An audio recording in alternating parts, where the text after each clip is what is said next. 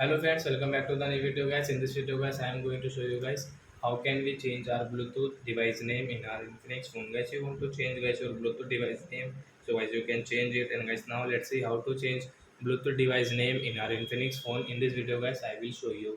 So guys, now let's see how to change Bluetooth device name in our Infinix phone. So first of all guys, open your phone setting to change your Bluetooth device name. After that guys, you can see guys your more connection setting guys. First of all tap here. Second guys, you can see your Bluetooth setting now. So I tap here. So you can see guys your device name will not work. How can we change? So first of all guys, you will have to on your Bluetooth setting. Then guys we will change our device name. So we can change it. So guys, its name is Infinix Smart 6. So we will change into Infinix phone like mobile.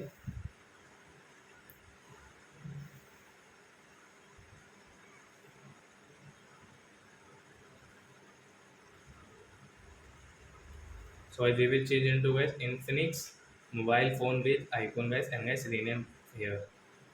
And guys come back.